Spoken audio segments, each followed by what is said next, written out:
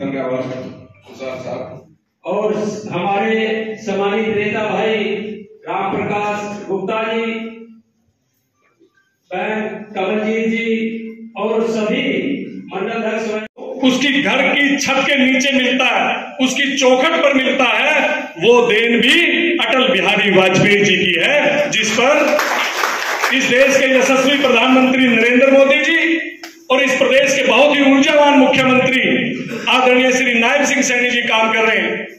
कार्यकर्ता साथियों, मेरे से पूर्व सभी वक्ताओं के विचारों को आपने सुना। काफी लंबे समय से आप ही बैठे हो।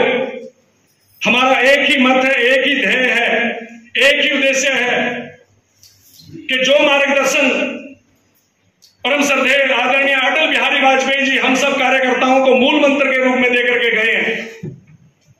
बेशक वो आज शारीरिक रूप से हमारे बीच में ना हो, लेकिन उनकी आत्मा, उनकी प्रेरणा, उनके विचार आज भी हमारा सभी करोड़ों कार्यकर्ताओं का मार्गदर्शन करते हैं।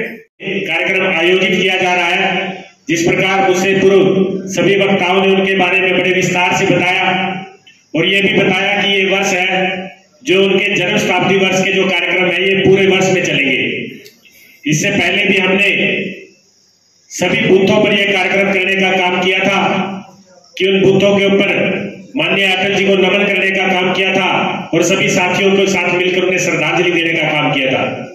आप सभी को याद है कि उसी दिन हमने माननीय अटल जी के नाम से जो ग्रामीण सड़क योजना बनी थी, उन सड़कों पर चलकर सभी साथियों के साथ उन सड़कों पर भी एक यात्रा निकालने का काम किया था और मंडलों के अंदर भी कार्यक्रम आयोजित किए गए थे और सुशासन दिवस पर भी कार्यक्रमों का आयोजन किया गया था।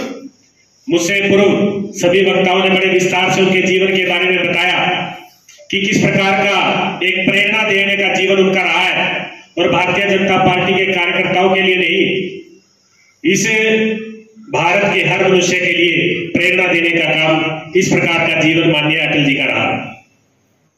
किस प्रकार उन्होंने मूल्य पर आधारित राजनीति, जो भारतीय जनता पार्टी का एक सिद्धांत है, उसका अगर उदाहरण देखना हो तो माननीय अटल जी के जीवन से उसका उदाहरण मिलता है कि जब अटल जी की सरकार केवल 1 वोट से गिर गई थी, तब उस समय के जो सांसद थे और भी कई नेता थे, उन्होंने कहा था कि अटल जी किसी को आप मंत्री बना दो या किसी को खरीद लो या किसी प्रकार से आप उसे लोभ लालच देकर 1 वोट आप खरीद लो ताकि आपकी सरकार बची रहे। लेकिन उस समय सदन के अंदर खड़े होकर अटल जी ने कहा था कि अगर अपने मूल्यों को गिराकर, अपने सिद्धांतों से समझौता कर अगर ऐसा मुझे राज मिले तो उस राज को मैं चिमटे से भी छोड़ना पसंद नहीं करूंगा।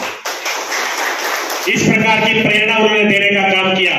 जब वो प्रधानमंत्री थे, पूरे विश्व ने उनके ऊपर दबाव बना रखा था, लेकिन उन्होंने पोखरण के अंदर विस्फोट कर पूरे विश्व को बता दिया कि भारत अब एक परमाणु शक्ति बन चुका है।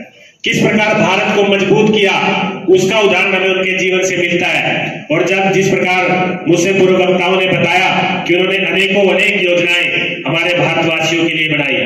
जब वो प्रधानमंत्री थे तो उन्होंने हमेशा ये सोच रखी कि हमारे देश के जब गांव मजबूत होंगे, जब गांव का विकास होगा, तभी जाकर भारत का विकास होगा।